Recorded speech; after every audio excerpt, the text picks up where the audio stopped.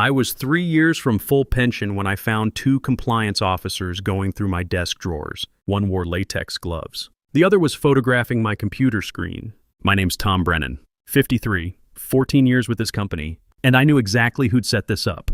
2 rows over, Austin Caldwell sat at his cubicle, pretending not to watch. I walked closer, still holding my coffee from the deli across the street. "Is there a problem?" The taller officer straightened. "Agent Harding, I'd learn later." "Thomas Brennan?" I nodded. "We're conducting a compliance inspection based on an anonymous report." Anonymous, right. Austin Caldwell, Howard Caldwell's son, 8 months with the company. Wharton, MBA. Thought my job should be his. From day one, he treated the office like his kingdom. First time he sat in my client meeting, he interrupted mid-sentence. "Tom, maybe we should try a data-driven approach." I'd been closing that account for 8 years. He'd been here 8 days. He questioned my methods in meetings, dropped his father's name constantly, made it clear he saw people like me as legacy overhead waiting to be cleared out. And me? I was the one thing standing between him and the position he believed was his birthright. I looked back at the officers. "Go ahead, you won't find anything." But my hands trembled slightly. Not from guilt, from knowing exactly how far Austin had been willing to go. The officers kept working in silence, opening folders, checking my desktop.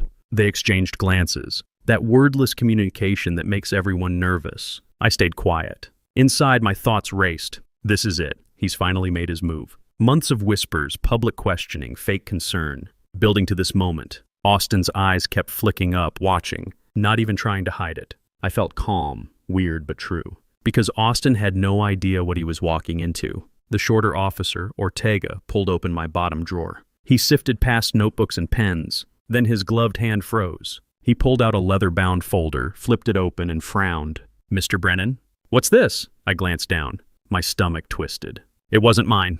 At least it hadn't been yesterday. Inside were printed emails, handwritten notes, screenshots of supposed mistakes. Mistakes that looked suspiciously like the ones Austin had been whispering about. My throat went dry, but I kept breathing steady. "That's not my file." Harding's eyebrows lifted. "It was in your drawer. And yet, it doesn't belong to me." Behind me, Austin's chair squeaked as he shifted, trying to see. The break room chatter, the ringing phones, the keyboard tapping, all of it faded. Just me, the officers, and the folder that could end my career. But then something shifted. Harding kept flipping through pages, his expression darkening. He showed something to Ortega. They whispered quickly, then glanced at me with an unreadable look. "Mr. Brennan," Ortega said finally, "we need to speak with you in private." I nodded, of course, because if they looked close enough, they'd see the truth. And when they did, Austin's plan would collapse. The officers led me to one of the glass-walled conference rooms. My coworkers' eyes followed, whispering behind hands. I could hear the story spreading. Tom's under investigation. Caught red-handed. Inside, they closed the blinds and placed the folder on the table like evidence in a trial. Harding cleared his throat. "As part of this inspection, we're obligated to review any documents found at your workstation. Can you explain the origin of this file?" I leaned back, forcing calm. "I've never seen that folder before today. It was found in your desk." "I believe you, but that doesn't make it mine." Ortega flipped it open. "These appear to be records of errors, policy violations, and misconduct. Dated, initialed with supporting documents." He pulled out a page. "An email to a client where you allegedly provided incorrect policy terms." My stomach tightened. I remembered that email. I'd caught the mistake before sending. Rewrote it within 10 minutes. The incorrect version never left my drafts. I looked him straight in the eye. "That's a screenshot of an unsent draft. Not the final email." The two men exchanged a look. For weeks, I'd sensed Austin circling. The remarks about my resistance to innovation. The way he'd hover when I was typing, waiting for me to slip. And now here it was. His big move. A fabricated dossier. Except he'd made one mistake. He thought I didn't know how closely he'd been watching. But I'd been watching him too. The officers walked me through the documents page by page. Screenshots of spreadsheets with errors circled in red. But the corrected versions were still on the shared drive with my digital signature and timestamp. Printouts of emails with typos or wrong dates. But everyone had a follow-up correction, also time-stamped. And handwritten notes, pages of them, describing me as resistant to change, undermining new initiatives, dismissive of junior staff. The handwriting was neat, printed in block letters. "Not mine," I pointed. "Do you have handwriting samples on file?" Harding gave me a measured look. "Why? Because anyone who's worked here knows I use cursive. Catholic school nuns 45 years ago. These notes? Printed. Clean, that's not my writing." He scribbled a note. After nearly an hour, they leaned back. Ortega tapped the folder. "Mr. Brennan, do you have any idea who might want to create this documentation about you?" I hesitated, just long enough to look reluctant. Then I sighed. I don't want to make accusations without proof. But Austin Caldwell has expressed interest in my position. He also has access to my desk. Everyone does. The drawers don't lock. They didn't respond, but I could tell by their glances that the name wasn't unfamiliar. Back at my cubicle, Austin was waiting. Not looking directly, but I felt his smugness. He was certain he'd won. I sat down, turned on my monitor, acted like nothing happened. Inside, I was thinking 3 steps ahead. Austin had underestimated me. Thought I'd panic, deny, lash out, but I'd been documenting things too. Not fake mistakes, real events, the kind of things people overlook until too late. The officers didn't know it yet, but they were sitting on something much bigger than forged emails. That evening, as I packed up, Austin passed my desk. He stopped, leaned against the partition, whispered so no one else could hear. "Rough day, Tom." I looked up slowly. "Not as rough as yours will be." His smile faltered for half a second. He recovered quickly. "We'll see. People always find out who's really pulling the strings." "Yeah," I said softly. "They do." When I got home, I opened my laptop and reviewed my own records. Over the past year, I'd built an archive, not of mistakes, of conversations, client feedback, performance reviews, notes that painted a very different picture than Austin's version. And tucked among those files was something I hadn't needed until now. Proof of Austin's meddling. 3 weeks earlier, I'd caught him in my inbox. He'd sent a client draft under my name, riddled with errors. But the IT logs had captured his login session. I'd saved the screenshot quietly, just in case. And now just in case had arrived. I closed my laptop. Tomorrow the officers would come back with more questions. They always did. And when they asked, I'd be ready. Because Austin thought he was building a case against me. But he'd been writing his own indictment the whole time. The next morning I arrived early. The office was still quiet. Just the hum of computers and burnt coffee from yesterday. I didn't have long. At 9:12 sharp, the compliance officers returned. They stopped at my cubicle first. "Mr. Brennan, do you have a moment?" Coworkers looked up. Some exchanged glances. Others kept their eyes down. I grabbed my notepad and followed them to the same conference room. This time there was another person inside. Neil Atkins, our regional manager. His jaw was tight, hands folded. He looked like he hadn't slept. Harding began, "Mr. Brennan, thank you for your cooperation yesterday. We've been reviewing the documentation. Some things don't add up. We'd like to clarify a few details." He slid a page across. The email screenshot Austin had planted. "We checked the client records," Ortega said. "As you mentioned, the draft was never sent. The final version was clean. However, this printout came from within the system." "Correct?" "Correct. But it wasn't taken by me." Neil leaned forward. "Do you have proof of that?" I opened my notepad, flipped to where I'd written dates and times, slid it back. IT logs from 3 weeks ago. Someone accessed my account from a workstation that wasn't mine. I flagged it and took screenshots before reporting it to support. The officer studied the page. Neil frowned. "Who?" I didn't answer right away. My pen tapped the table. "You'll see the username in the log." It wasn't mine. I didn't have to say the name. They'd see it soon enough. Back at my desk, the atmosphere had changed. Conversations quieted when I walked past. People avoided eye contact. By noon, I understood why. Lenny Rossi caught me in the hallway. Senior analyst. Worked with me 8 years. "Tom, I need to tell you something." I stiffened. "What?" "Austin's been talking. He's saying you're under investigation for client mishandling. That you've been falsifying records. He says compliance is close to proving it."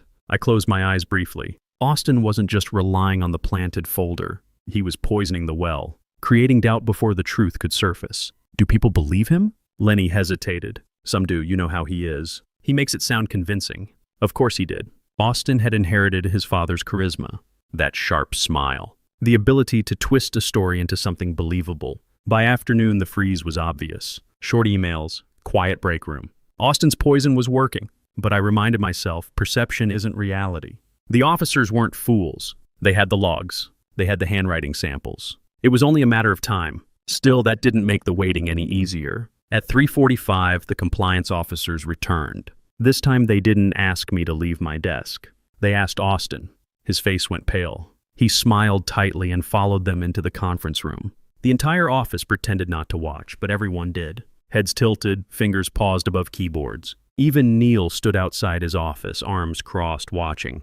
Through the blinds, I caught glimpses. Austin gesturing, talking fast. One officer scribbling notes. The other's gaze locked on him. 30 minutes passed. 40. At 50 minutes, the door opened. Austin walked out, eyes red, jaw clenched. He didn't look at anyone as he marched back to his desk. The officers went straight to Neil's office instead. For the rest of the day, Austin barely moved. He typed furiously, but his hands shook. Every so often, he glanced my way, his expression somewhere between anger and panic. And I realized something important. He still thought he could win, thought this was just a setback, that if he pushed harder, whispered louder, he could still convince everyone I was the villain. But the more he tried, the clearer the contrast became. His noise versus my silence. His rumors versus my record. His chaos versus my calm. As I packed my bag that evening, Neil stopped by. He lowered his voice. "Tom, keep doing your job. Don't engage, understood?" I nodded, but inside I knew it wasn't enough to just survive this. Austin had crossed a line. He hadn't just tried to take my job, he'd tried to take my name. My reputation. Everything I'd built in 14 years. And if he thought I was going to let that slide, he didn't know me at all. That night, I sat at my kitchen table with my laptop open. I organized the files I'd saved. IT logs, client testimonials, performance reviews, even casual emails where Austin had overstepped. Piece by piece, the puzzle was forming. I wasn't just defending myself anymore. I was preparing to expose him. The next morning, the calendar invite hit my inbox. Compliance review. Attendance required. Location, conference room B. Attendees, Agents Harding and Ortega, Patricia Donovan from HR, Neil Atkins. Optional, Austin Caldwell. Optional, right. I printed nothing. Brought only a notepad. Walked in exactly on time. The blinds were half closed. The table too clean. Everyone had that stiff posture people get when they've decided not to make small talk. Harding started. "Mr. Brennan, thanks for coming. We've reviewed the documents found at your workstation and compared them to system records." His tone was neutral, but his jaw worked like he was chewing on a problem he didn't like. Patricia Donovan nodded. "Director of Compliance. I'd only seen her twice before, both times in all-hands meetings. We'll walk through key points and then take questions." I folded my hands and waited. Ortega slid a page toward me. First, the email error that appeared in the folder. "Server logs confirm your draft wasn't sent. The sent item in the client thread matches your corrected version." He tapped the margin. "This is fine." He placed a second page on top. "Second access logs. At 5:46 p.m. 3 weeks ago, your account was opened from workstation 4C while you were badged out of the building at 5:28. Neil looked at me. "You were off-site?" "Yes. Check the gym across the street. I go every Monday and Thursday, same time." Harding slid over a printed table. "Security confirmed the badge. We also pulled camera stills from 5:44 to 5:49 p.m. He turned the page so I could see. The grainy frame showed my row of cubicles. A figure in a navy blazer, head down, hands in my drawer. Even in low resolution, the profile was unmistakable. Austin's eyes flicked to the photo and away. "You can't tell who that is." The officer didn't argue. He placed a new sheet on the stack. Third, print server logs. The hard copies in the folder were produced at 6:02 p.m. Same day. Job owner, A. Caldwell. Silence swallowed the room. Even the air vent sounded loud. Austin let out a breathy laugh. "We all print under shared queues." "Anyone could—" "It wasn't a shared queue," Harding said quietly. "It required network login. The job metadata includes the user hash. We verified it with IT." Neil sat back, his face went pale. "Was Howard looped in on this?" Patricia's expression didn't move. "He was copied on the initial anonymous complaint. He has been recused as of this morning. That should have happened at the outset." She didn't look at Austin when she said it. She didn't need to. First time in days I could breathe. I could feel the weight shifting in the room, like a table finally settling on 4 legs. Ortega continued. "We also compared the handwritten notes in the folder to samples from personnel files. They don't match yours. They do, however, match a training form initialed by Mr. Caldwell during onboarding. I was documenting concerns," Austin cut in, voice sharp. "Whistleblowing is encouraged here, right? Or do we punish people for caring about standards?" Patricia folded her hands. "Whistleblowing is protected. Fabrication is not." Austin's jaw twitched. "I didn't fabricate anything." "He's sloppy. Everyone knows it." Neil looked at me, then back at Austin. "We don't know that." I opened my notepad and slid a single color printout toward the officers. "There's one more thing." My voice was calm, steady. 3 weeks ago, there was a client draft sent under my name with multiple errors. I caught it and resubmitted. IT traced the origination to workstation 5B during my lunch hour. I reported it to support but asked them not to escalate unless it became a pattern. Harding scanned the printout, then pulled a second copy from his folder, like he'd already been there. "We have this, thank you." Austin gripped the table edge. "You can't prove intent. People ask to help all the time. I was helping. Tom leaves things half done. Intent is precisely what we're establishing," Patricia said. "We're also establishing process failures, including the lack of early recusal for your father." Austin's head snapped toward her. "He did nothing wrong." Patricia didn't blink. "That's why it's called a recusal, to protect all parties." Harding pushed the planted folder away like it might spill. "Mr. Brennan, do you have anything else you want to add?" I thought about all of it. The quiet corrections, the clipped emails, the way conversations died when I walked into the break room. I thought about coworkers who didn't look up, Lenny whispering that Austin made it sound convincing. "I want to keep doing my job," I said. "I want my name to mean the same thing it meant last month." No one spoke for several seconds. Then Patricia closed her notebook. "Here's what happens next. Mr. Brennan, you'll return to your full duties. We'll remove any flags or holds on your accounts. Austin, you are placed on administrative leave with pay effective immediately while we complete our review. You are not to access company systems or premises without HR approval." Austin's mouth fell open. "You're suspending me based on a printer log? Based on a fuzzy photo?" "We're suspending you based on a pattern," Patricia said. "The documents, the access logs, the timing, and the conflict of interest concerns. We need to do this properly." Austin turned to Neil. "Desperate, say something." Neil looked older. "Tired.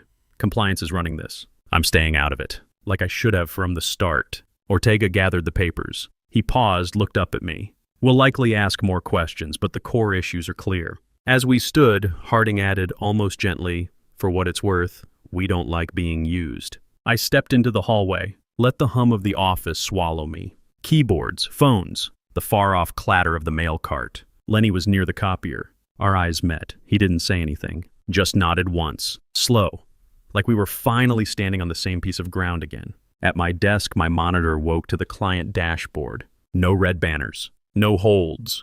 The ordinary grid of names and renewal dates looked almost beautiful. A minute later, security appeared at Austin's cubicle with Patricia.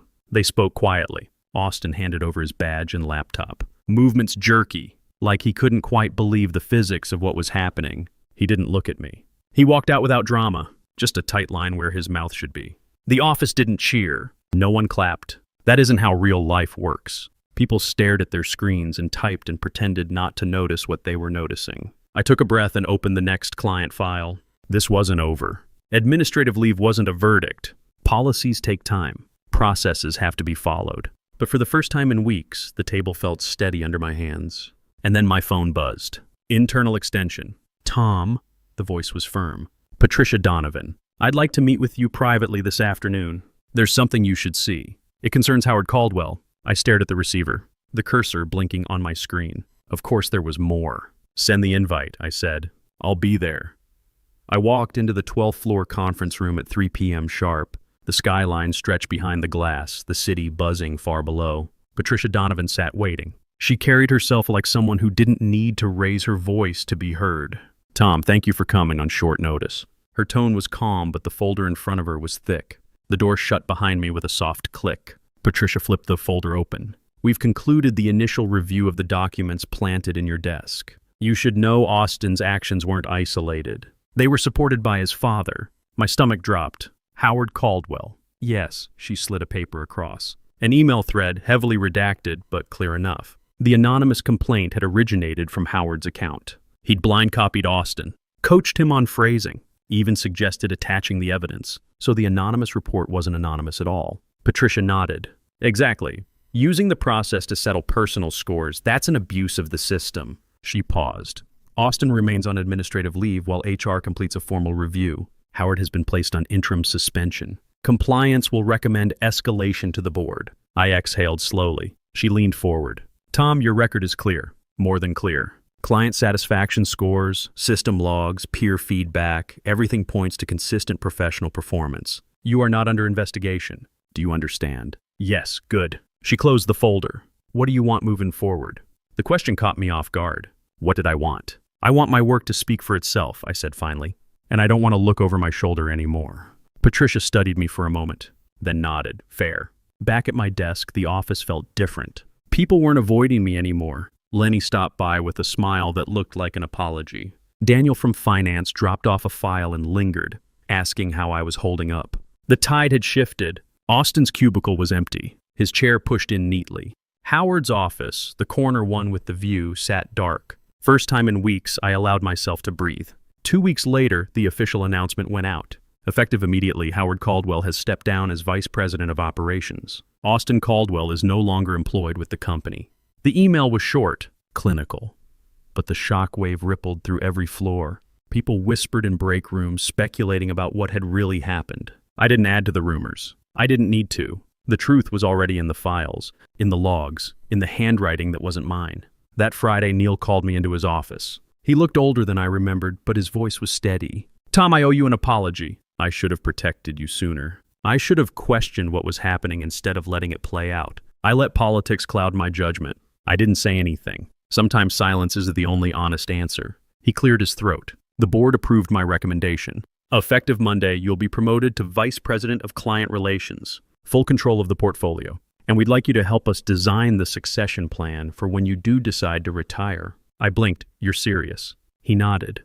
"You earned it long ago. This company needs people who build trust, not tear it down." That evening, I sat at my kitchen table, the promotion letter in front of me. The city lights shimmered outside my window. I thought about everything. Austin's smug smile, the way he'd leaned against my cubicle with that false confidence. I thought about his father, about the way he'd chosen blood over fairness. And I thought about the compliance officers' faces when the truth surfaced. They hadn't just discovered planted evidence. They'd discovered what envy looks like when it curdles into sabotage. Here's the part no one tells you. Revenge in real life doesn't look like fireworks. It doesn't look like public humiliation or dramatic speeches. It looks like a folder closed quietly on a conference room table. It looks like an empty cubicle on Monday morning. It looks like people realizing slowly who you really were all along. 6 months later, I stood in a conference room by choice. I was training Amanda Reyes, 31, the new account manager. Smart, asked good questions. Reminded me of myself at that age, minus the ego I'd had back then.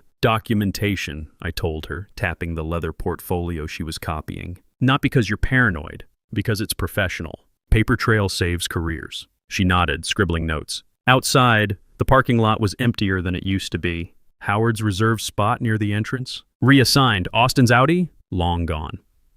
My truck still sat in the same row it had been in for 14 years. I didn't need the close spot. Never did. That evening, Sarah called from Boston. She got the internship. Morgan Stanley, summer analyst program. She was nervous, excited. "Dad, they asked about my strengths." I said attention to detail and integrity. "I learned that from you." I smiled, first real smile in months. "That's all you need, sweetheart. That and a good filing system." She laughed.